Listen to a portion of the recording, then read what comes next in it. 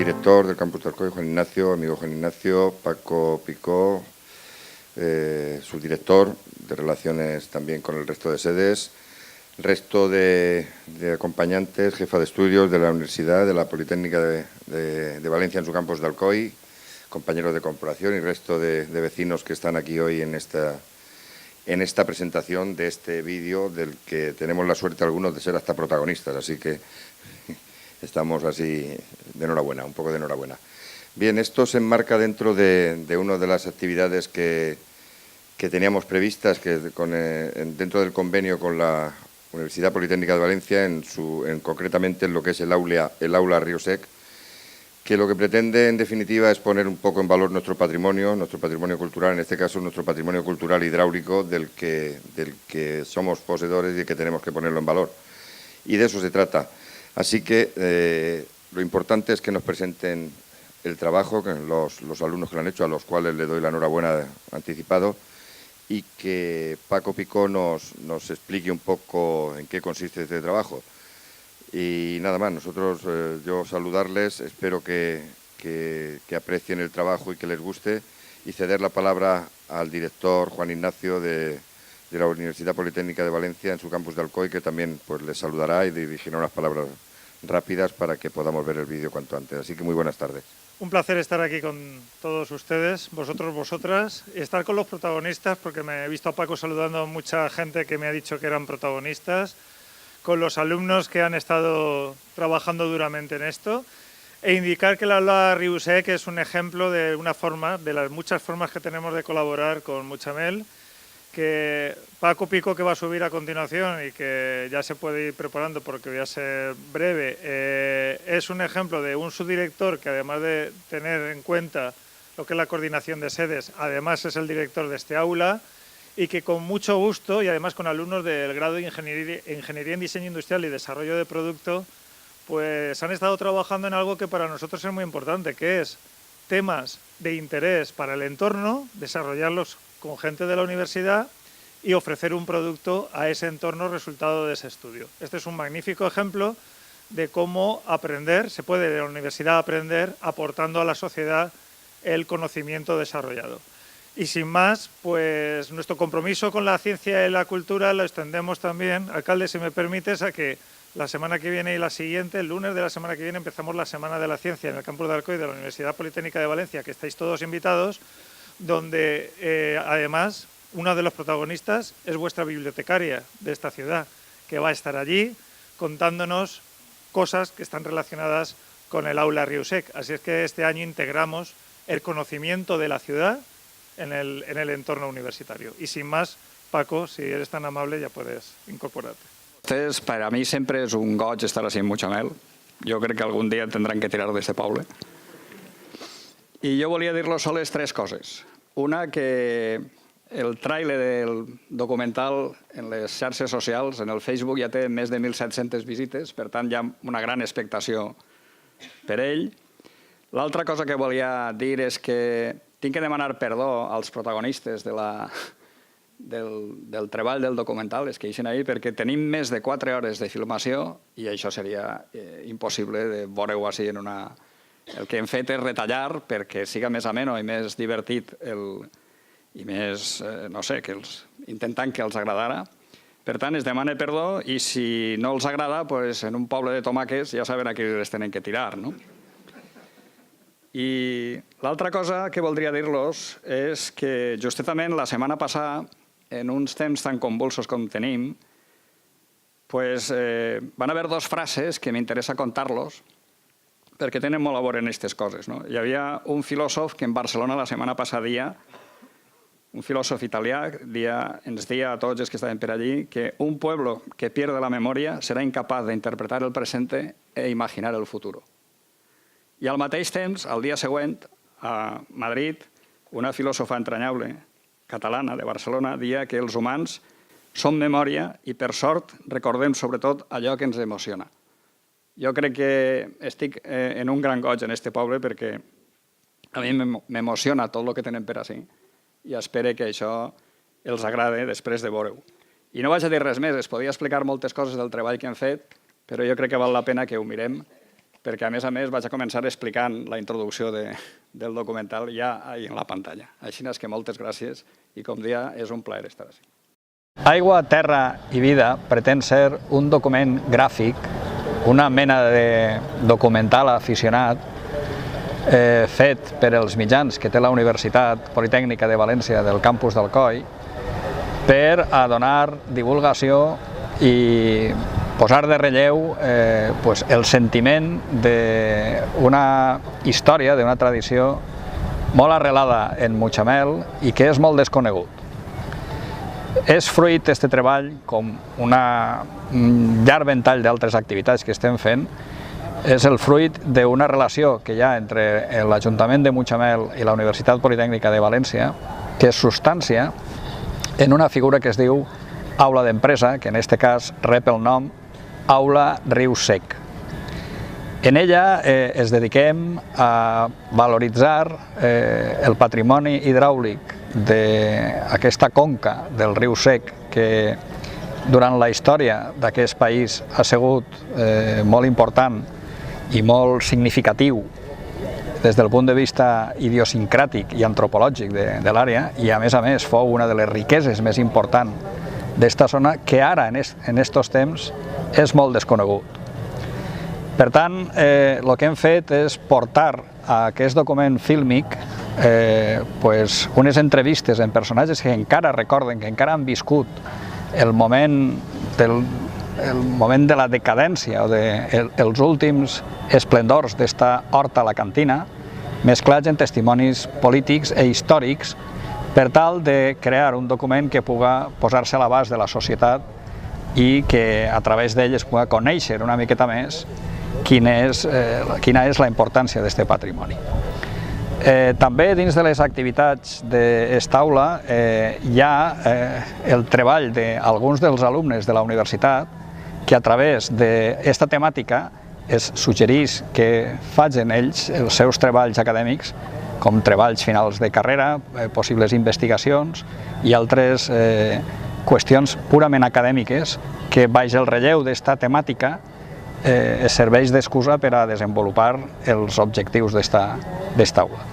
Jo vull donar les gràcies en aquest inici d'aquest documental, que veuran que és molt divers i que hi ha opinions molt contrastades.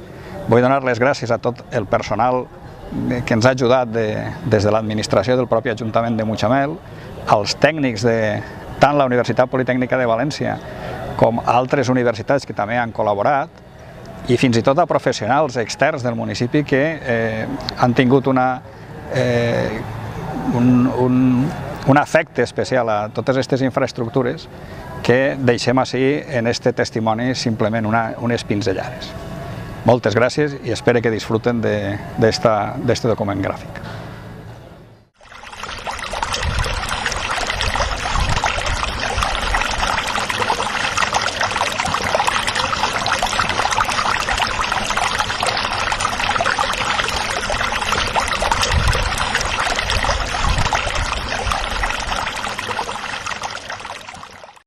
Buenas tardes, señor alcalde.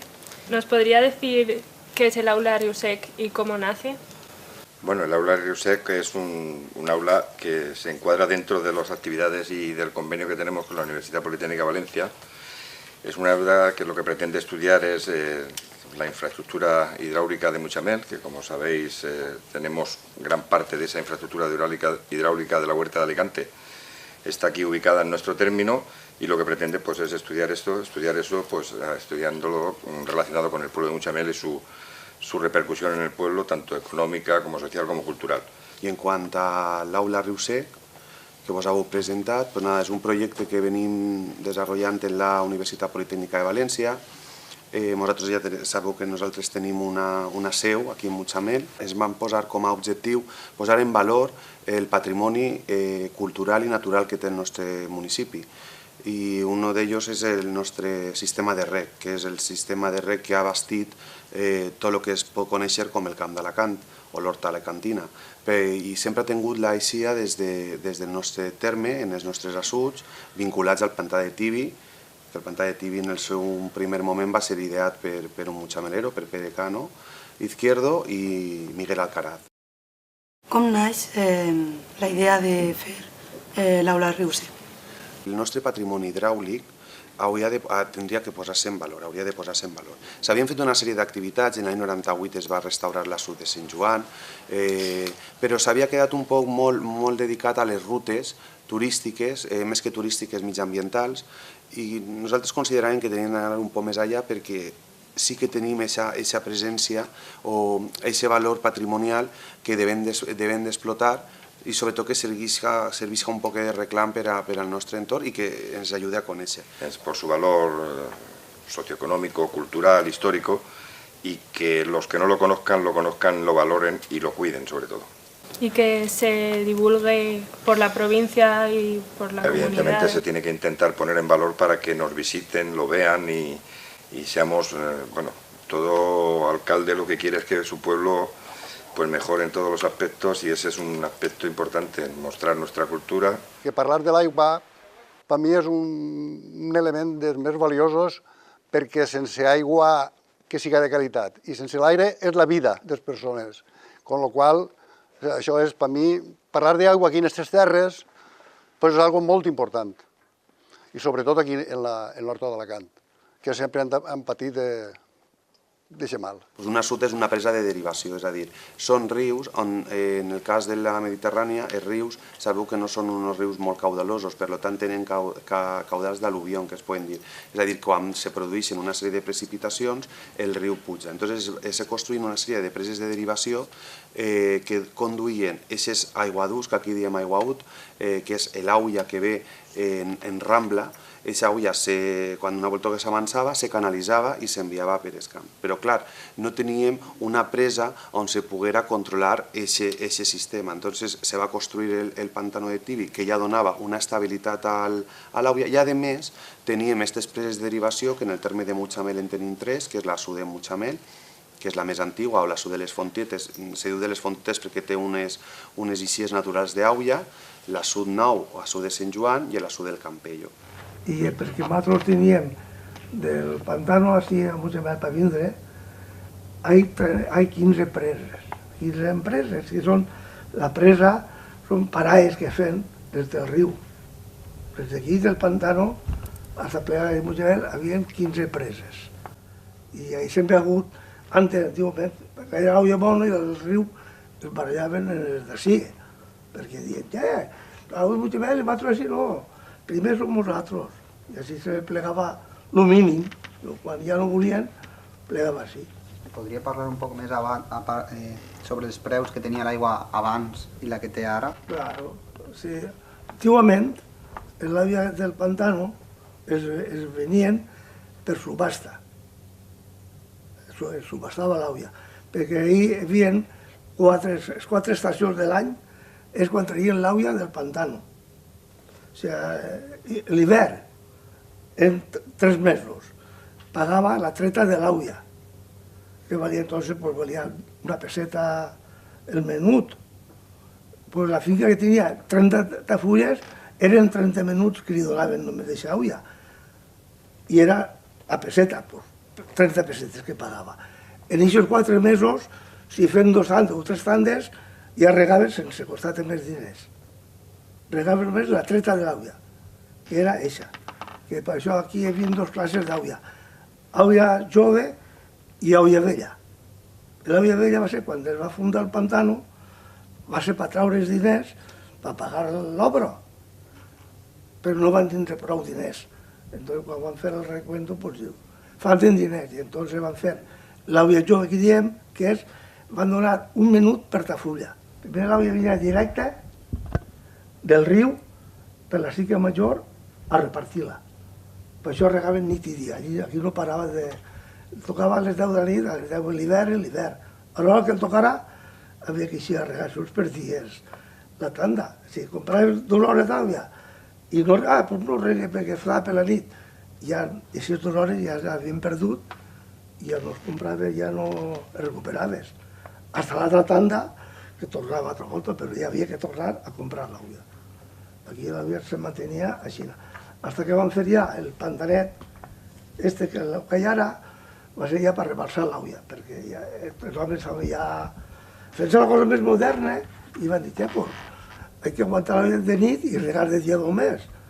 Y entonces van a dir, pues anem a fer uns embalses per poder aguantar-la per la nit i al matí, a les 3 del matí, quan anava a l'àvia a la condomina, destapaven a les 3 del matí i plegava a les 9 el que tenia que regar. Eren 6 i 7 hores d'arrossego que havia des del pantanet al regant. I quina és la funció del pantanet? El pantanet, en principi, es fa per a... La seva funció és poder retindre l'aigua que no es perguera, la que no s'utilitzava, que no es perguera al riu. Llavors, en el 1842, crec, es fa el primer, que és el central, i després, uns anys més tard, 4 o 5, se fa el segon embassament.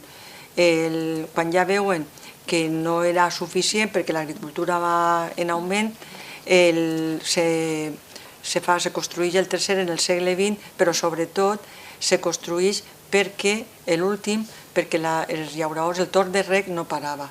I entonces hi ha aquest tercer embassament es fa per a que poder, per almenys quan arriba la nit, que els martavers puguen parar el torn de reg i els llauradors no volen regar per la nit.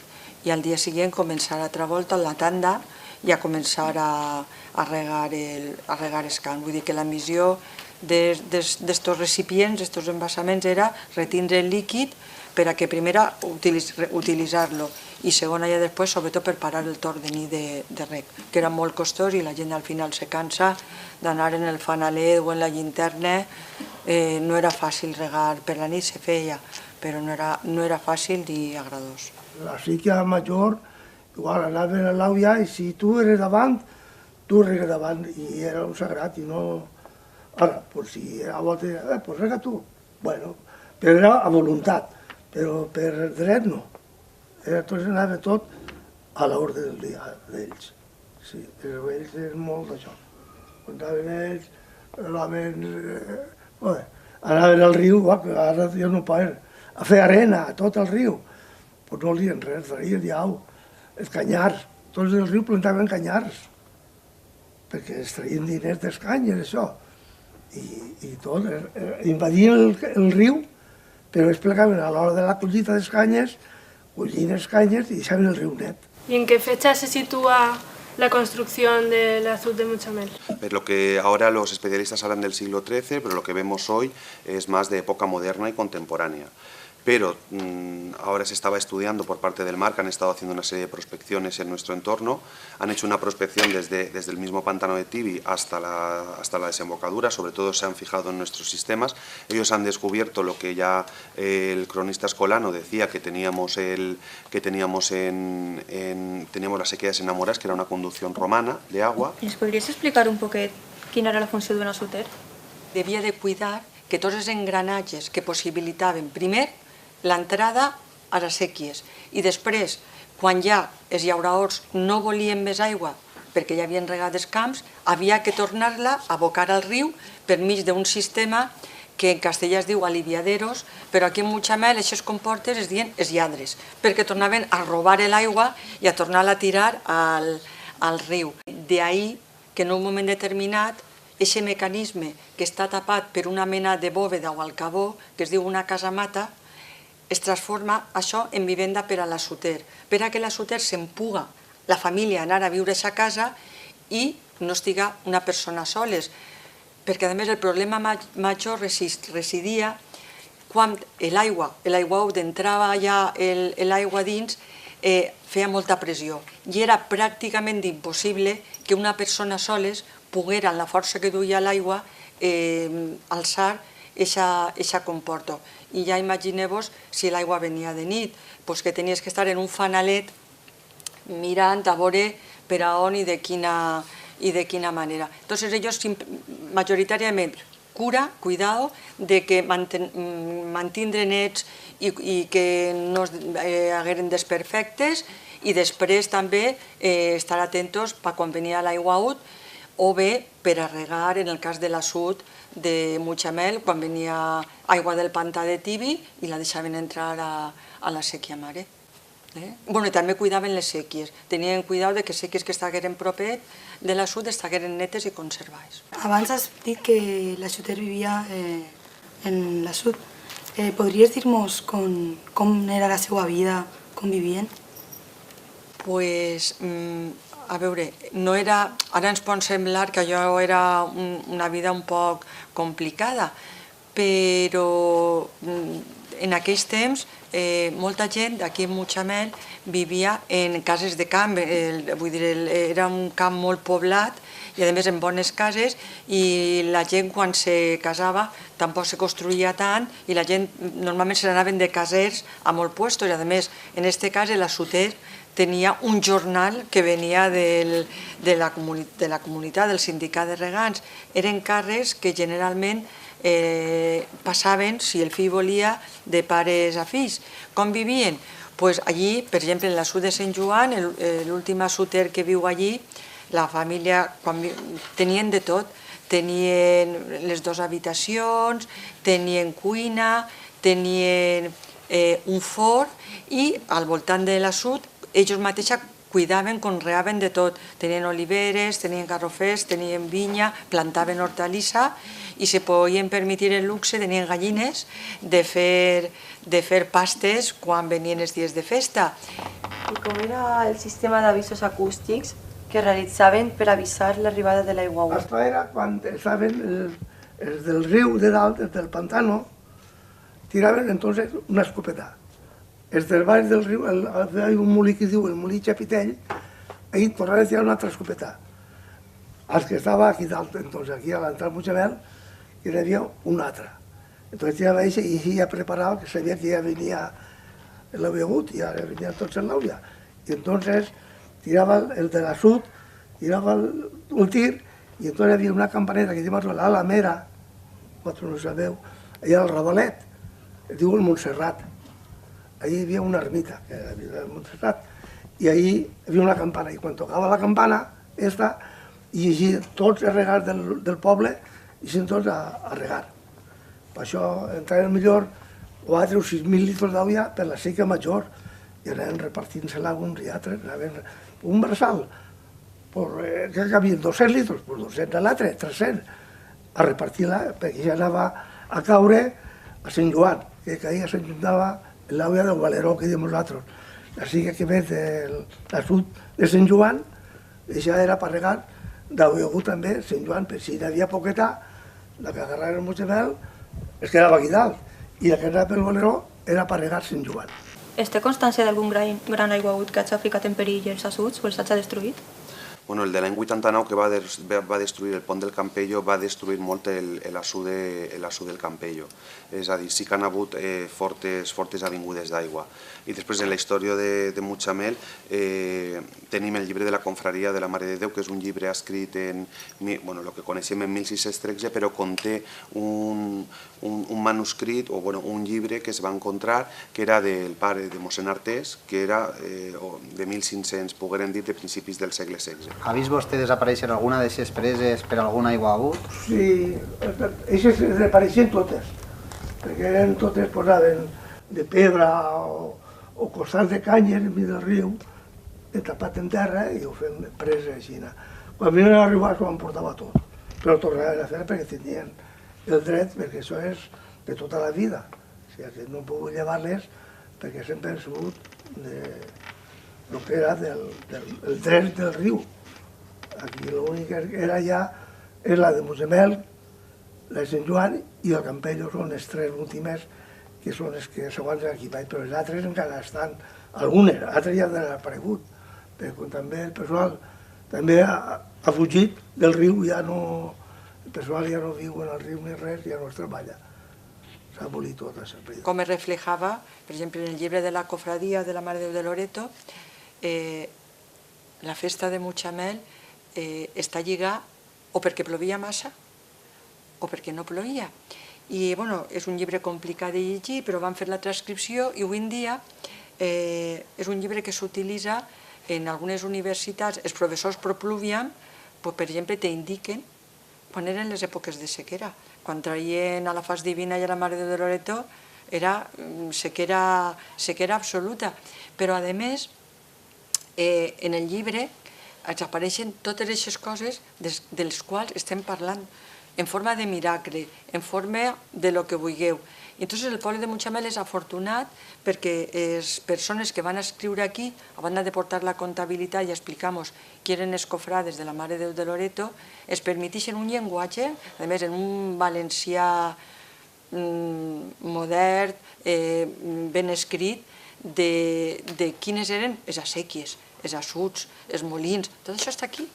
I a més d'una forma que posa els pèls de punta. Per això vols dir que el poble sempre ha estat tant en la seva en la terra, en la forma del poble, en la seva geografia física i humana, en la seva festa, en la seva religiositat i les seues creences, íntimament lligat a l'aigua i al treball en el camp. I hi ha altres herències àrabs a Mutxamel?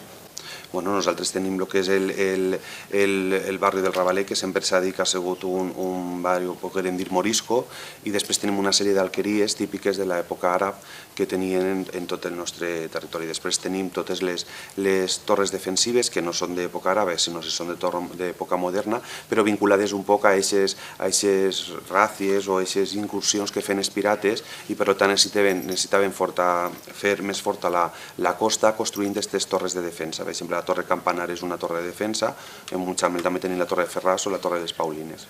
Quan no era època de pluges, a què es dedicava la família de la Suter i la Suter?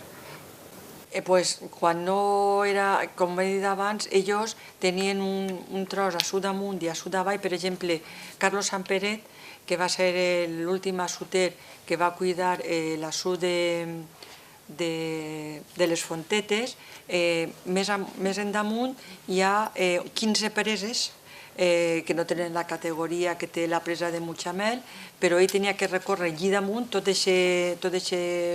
aquests quilòmetres per veure en quines condicions estaven, si estaven netes, si no estaven, i després també tenia que estar al tanto, sobretot perquè encara estaven funcionant molins, de que l'aigua que es tocara no fora la que no es pertanyia. Entonces tenien una feina de manteniment i de vigilància de tot l'entorn i també d'alguns tramos del riu que tenien que cuidar perquè estiguera net. I com va ser que vostè va triar dedicar-se a l'agricultura? Li venia de família o va ser perquè va voler? Pues sí, mon pare també treballava a la terra, era llaurador, tenia encara aquí en Mutxamel el 80%, per no dir més, eren agricultors tots, i quan sonaven els carros bon matí, el cataclec, i després per la nit, quan venien tard del bancal, totes les cases, pràcticament el 80% de les cases, quasi el 80% eren agricultors. Llevant els 4 tents, i els 4 que treballaven a Alacant, eren agricultors. I jo no sé si repetiria el ser agricultor altra volta, possiblement seria agricultor. I què es feia quan no hi havia, en temps de sequia, com es treballava o a què es dedicava? En temps de sequia? Pues aquí sempre s'ha plantat tomàquet, a pesar d'haver poqueta aigua, el que han fet és aprofitar-la al màxim, perquè la forma de treballar de la terra era fer-li prou guaret, que diem, cavar-la en ferramenta a mà, fer-li prou guaret perquè durara prou la saó en la terra, la humitat, perquè la planta no patira, però sempre plegava a patir. Aquí han fet tomàquets que s'han plantat dins de... els tacaven fins aquí perquè s'afonava, plantaven l'endemà de regar, i la tomatera aplegava... començaven quasi a collir tomates del primer regó. Jo no sé avui la forma que tenim l'agricultura moderna, de regar per goteig i no treballar la terra. Jo crec que per mi, personalment, penso que no és la forma més adequada, personalment. Serà un adelanto, però no ho veig jo molt pràctic, en el sentit que anem a pitjor, en un sentit anem a millor, però en un altre anem a pitjor. Perquè els bancals que se reguen i se llauren, pense que hi ha més vida. Jo ho he vist en documentals, en València, com Barroso de València, els bancals que encara se reguen a pla, hi ha vida de pardalers, d'animals, de tota classe d'animals. Si no la treballen, reguen a goteig, a goteo, entonces ensulfaten la herba en herbicida, ahí no hay vida. Veuen que no hay, ho ha vist en documentals, la part de València corrige això, Possiblement aquí avui no ho apreciem perquè l'agricultura aquí era l'horta més treballat per mi d'Espanya i avui és la més deixar. Aquí en l'horta d'Alacant és la més deixar. Queden 4 i el que cultiven pràcticament és per casa. Vinc d'una família d'agricultors i quizá siga l'últim jo perquè tinc 2 filles i els 2 filles estan ja treballant i ningú voldrà seguir ja en la terra. Per lo de més, també fa 20 anys que vam entrar en la comunitat de regants, l'agricultura me va agradar i crec que tots els meus companys se'n van anar a treballar a Alacant i jo, com de xiquetet, me van ensenyar a anar a la terra, doncs al final se pateix un muntó, però t'acostumbres i ho fas. Una feina pesada? Sí. No tens hores? També. No tens família?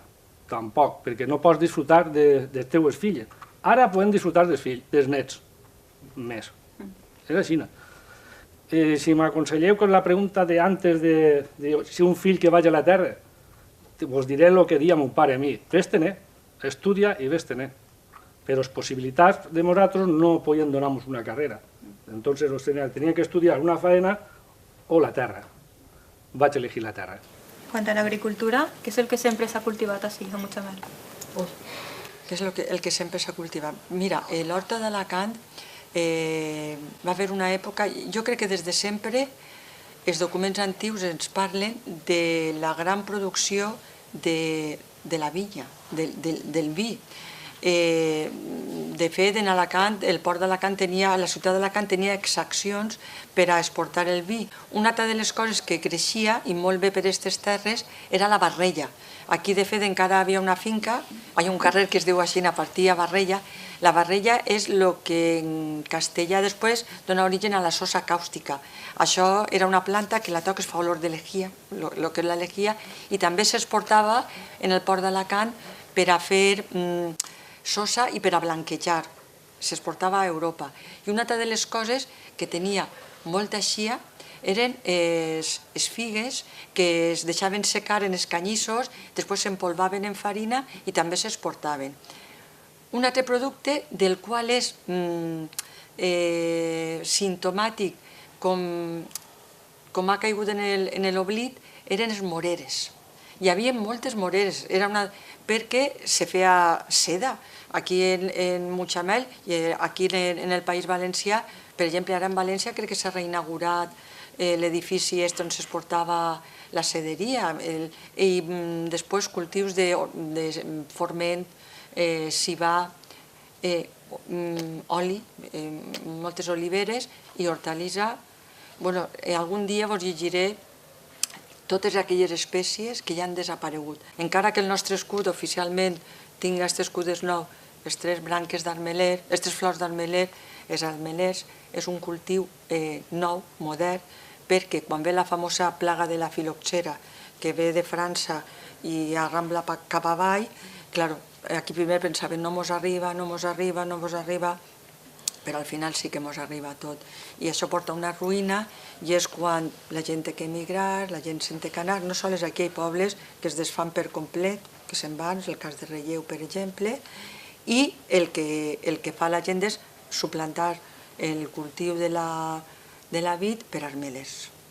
Però que l'armela no havia sigut un dels productes típics d'aquí. I després, ja arribant del segle XX, hi ha tota una revolució urbanística, que estem en ella ara, que dona origen a que per una sèrie de circumstàncies el poble canvia urbanísticament i entonces ens arriben els exportadors, sobretot canaris, en l'època que aprofiten el bon clima, les bones condicions i se consolida aquí d'una forma definitiva i per uns anys el monocultiu de la tomata i les faves. Que això ja seria un altre... Però ja vos dic, bàsicament, frutes havien una varietat immensa, a més la gent es cuidava i es transformava. Se feia molta almela i rofa i per animals ens en fem menjar sobrat per això i sembràvem molts forments, i va, avena, de tot. L'horta és que estava sempre ocupat. Per això regava tant, perquè no és com ara, està tot perdut, que ara no és res ja. Ara per on vas, tots són margarites. La importància de la tomaca de Mutxamel ha tingut és més que res perquè vivien d'això, duien en almacens les tomaques Es venien els que compraven tomàquet per enviar-les ells a València, Madrid, Barcelona, que jo he estat en un curs germà també enviant-ne a aquests puestos. Quan van vindre els exportadors va deixar de plantar-se tomata de mutxamel, perquè la producció era la meitat o menys de la meitat. Entonces lo que se busca es veure si troben més diners d'estop, doncs vaig a això. I entonces dedicamos fent contracte també per les companyies exportadores i ells mateixes també plantaven grans quantitats de terreny per poder exportar, que el principal puesto que enviaven era a Anglaterra en un principi. Jo crec que ha passat el mateix que en la construcció. Aquí hi havia almenys 15 o 20 exportadors i pràcticament han desaparegut tots. Queda Bonissa, que per mi ojalà seguirà tenint èxit i dura molts anys, però tots els altres han fracassat, tots els exportadors, i va estar amb la construcció, fins boticaris d'Alacant, el mateix la tomàquet, que ara en la construcció tots han construït. I això és el gran... Eso es pan para hoy, hambre para mañana, com diuen. Que una tomata con la que plantaba el llaurador mutxameler o un albercoc collit d'un albercoc que era al costat de la sèquia, jo no l'he provat. Igual n'hi ha, però jo no l'he provat. Són molt bonics, però el sabor i la tomata de mutxamel era sucre. Perquè a més el terreny tenia unes característiques, l'aigua tenia un poc de sal i la tomata per a estar bona requereix que tinga l'aigua, no, però sí un poc de composició de sal. I la collita, pues ja t'he dit, era una collita de fer 5, 6.000, 7.000 quilos per tafulla, el més excepcional, perquè inclús per tractar les tomaqueres es tractaven quan estaven a la segona canya que diem, que era una altura xina, es tractaven una volta i ja s'havia acabat, no es tractaven més. Després, quan ara se planten tomàquets, quan últimament jo plantava tomàquets fa uns anys, ja vaig deixar de plantar fa almenys 15 anys, i entonces sí que cada 10 o 12 dies tenies que regar. Jo crec que entonces aprofitava més l'aigua perquè no en tenien i tractaven d'aprofitar-la d'aquesta manera. Després de plantar les tomateres, en una xadeteta arrimat a elles, en la xadeteta, desmenussant la terra, i ja més fora, els torrossos aquests que feien, cavant, perquè feien cabirlo de guapos, pues entonces en la massa o en un ratll a mà, tot fet a mà, i després en el llegó, cada 4 o 5 centímetres, clavant el llegó a tope, el que és d'ample la camà, sense arrimar-te molt a la mata per no estropellar les raïls, claro. I entonces després tornaven a raure al revés. Quan venien a posar les canyes ja la tomaquera era així de gran. Però això després aguantava molt la saó i ja t'he dit, es feien d'1,60 a 1,70 i collien tomates del regó de plantar. I ara quan després ja plantaven tomàquets, que aquí el company també ho saben, pues pràcticament tenien que pegar molts regons per plegar a collir tomàquet. Amb la qual no sé què dir, què serà que és el millor. Faves també és molt important, llavors de faves. Vam veure aquí, jo ho vaig comentar una volta aquí parlant, de que van haver aquí, a part d'altres també, no?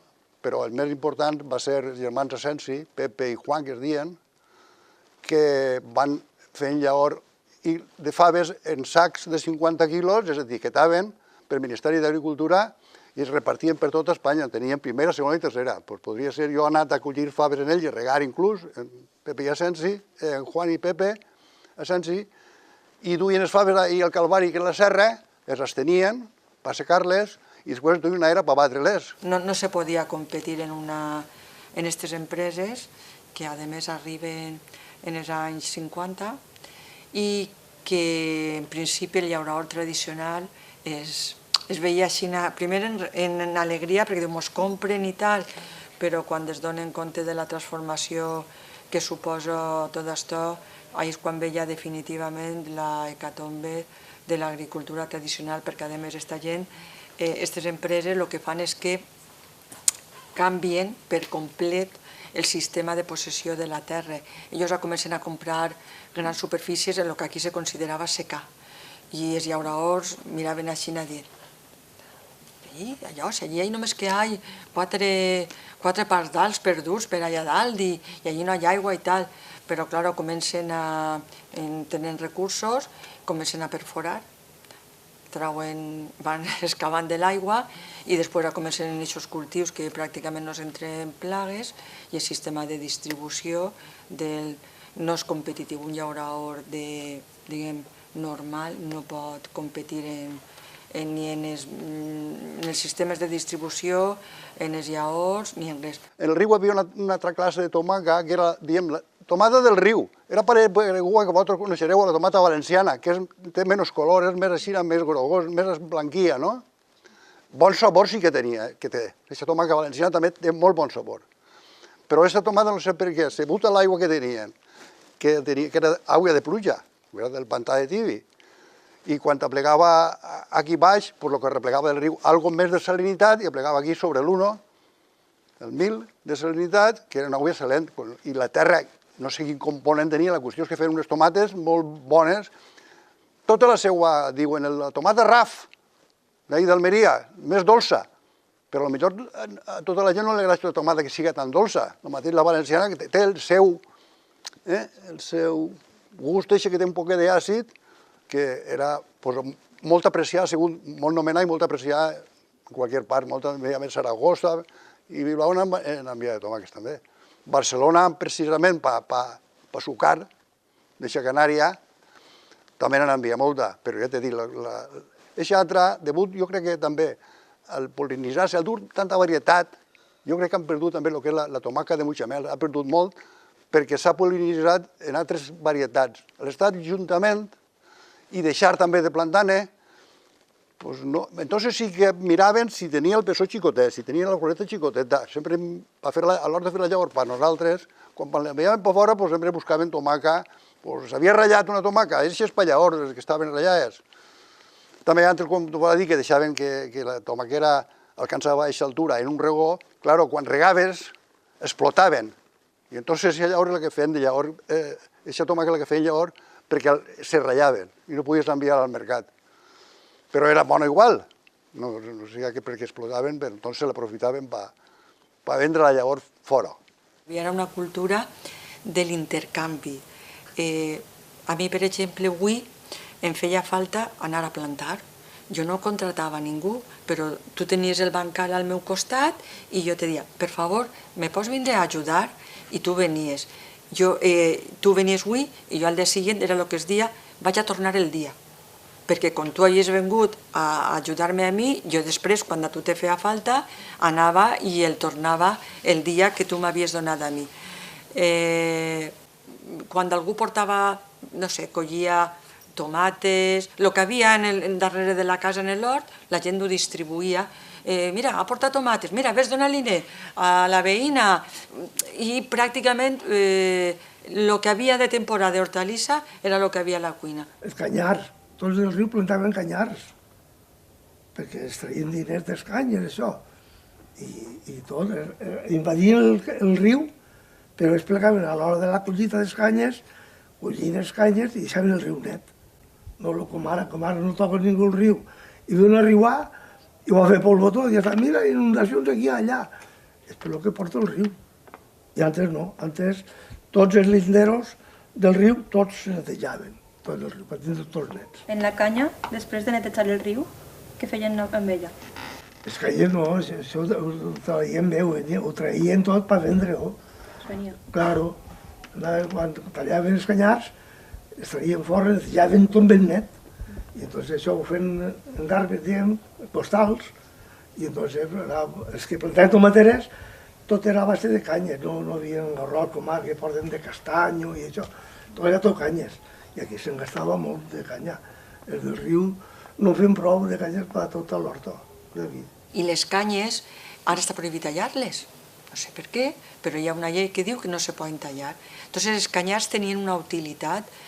Ara tu vas pel riu i penses, mare de Déu, si vinguera una riuà, moríem tots ofegats, perquè això no ho neteja ningú, i no són els que no ho netegen, sinó que tu ara vas i dius, mira, vaig a tallar-me 4 canyes, no te deixen, si t'agarra el guàrdia del riu no te deixa. Claro, les canyes antes, per a fer tanques, per a fer canyissos, per a cobrir-te del sol, per a fer les tomateres, per a fer els cavallons i que les tomateres o les bajoquetes de la pelaïa s'enramaren. Tenien una utilitat que tu ara, clar, veus tot això i dius, per què volem més canyes? I clar, totes aquestes coses era també una de les coses que l'entorn del riu estava net i mantingut, i a més és que el llaurador sabia per a què era cada cosa i quina utilitat li podia donar. I vostè que forma part del sindicat de recs, ens podria explicar quina és la seva funció? La meva funció és de vicepresident i també estem encarregats de la faena de rotures personal dels homes que tenim treballant, demanar-los la faena o veure els problemes que hi ha. I una relació entre els comuneros i el president. Bueno, el president no, el grup de govern, la junta de govern. Tots els problemes tinc que desenvolupar-los allí. El que hi hagi allí, comunicar-los en la junta de govern. Quants socis té ara el sindicat i quants socis tenia abans? Tenim en aquest moment 1.500 comuneros. I antigament, crec, no ho sé, però crec que serien menys perquè eren més terratenientes. Ara, al dividir-se més la terra o fer trossets més, hi ha més comuneros, però antes n'hi hauríem menys. Entonces, les arrels del sindicat van ser els agricultors o els terratenients? Pense que serien les fortunes grans dels terratenientes, perquè l'agricultor verdaderament aquí entonces era treballador, era assalariat, anava a les finques grans, que eren finques molt grans, i entonces tindrien vinya o alguna cosa així, i anirien a treballar allí. I els que li interessava l'àuia eren els terratenients. Com a llaurador, què canviaria de cara al futur per a que la gent no ho abandonara? Que portar àuia dolça, àuia bona per regar. Àuia del Júquer, que està ahí, però que ens falta un tros de canal, o sigui que està projectat fins agost, però d'agost a Mutxamel no hi res. És àuia que vinga bona, o aconseguir que ens donaren de Salala, del Monte del León, també, o d'Orgergia, de Salala. Y Pujala, que es un proyecto que hay ahí, pero todo es dinero. La situación actual de los asuts, ¿cómo está valorada? Hemos visto que se están realizando mejoras en ello, pero ¿qué vistas tienen de futuro? Tenemos, en nuestro término, en el cauce del Río Monegre, tenemos los 3 asud que había, el asud de Campello, el asud de San Joan y el asud de Mutxamel. El asud de Campello está lamentablemente muy deteriorado, pero el asud de San Joan, que ya se restauró en el año 1998, creo, y quedó ahí restaurado, aunque hemos hecho alguna acción después, pero a posteriori. Y claro, pues falta lo que es el asud de Mutxamel, que también estaba bastante deteriorado, aunque se han acometido ya alguna actuación, y nos queda pues el tema de el Pantanet y la Casa del Pantanero, la Casa del Pantanet, que tenemos también intención de rehabilitarla, adecuarla y montar allí un aula de la naturaleza. Vamos, la idea principal era montar en Mutxamel una especie de clíster del agua y en eso estamos. Quin creus que va ser el factor principal del decliu de l'agricultura, de la fauna? De l'agricultura? Pues, a veure, l'agricultura no sols decau aquí en Mutxamel, sinó que és primera que hi havia unes èpoques de sequera que ja ni el pantano era capaç tampoc de solucionar i la gent tenia que emigrar. Havia una frase que deia eres més dur o eres més roïn que l'any 18. Aquí, per exemple, del 10 al 14 hi ha una sequera impressionant en tota la província d'Alacant, que la gent té que emigrar, i aquí inclús arriben a suspendre les festes de moros i cristians perquè no havien diners. Fonamentalment, la falta de tindre l'aigua assegurar. Després també hi ha una excessiva fragmentació perquè la gent acostumbrava a dividir la terra entre els fills. Clar, al final ja van fragmentant de tal forma la possessió que ja una persona, una família, no pot viure del, diguem, el minifundi que li ha tocat. I després també quan l'agricultura, la filoxera, l'agricultura comença a deixar de ser rentable, sobretot els grans terratenients d'Alacant, que tenien les millors terres de cultiu de Mutxamel, ja no inverteixen i no modernitzen per arreglar les infraestructures. Per tant, eixes grans finques, de Moxica, el de Belón, el de Subiela, tot això ja deixa de funcionar i d'ahir ja comença a vindre la hecatombe. En quant als sistemes de regadiu, què opina de, per exemple, el goteig, els nous sistemes? A mi m'agrada. A mi m'agrada, és un canvi, ho portes tot controlat. Nosaltres el cultiu que tenim ara, el que reguem, ho portem tot ja en ordenadors, en motor elèctric i t'olvides. Poses 7 o 8 hores, tu estàs per allí i se rega el soles. I ho controles, qualsevol enfermetat, abonat i de tot.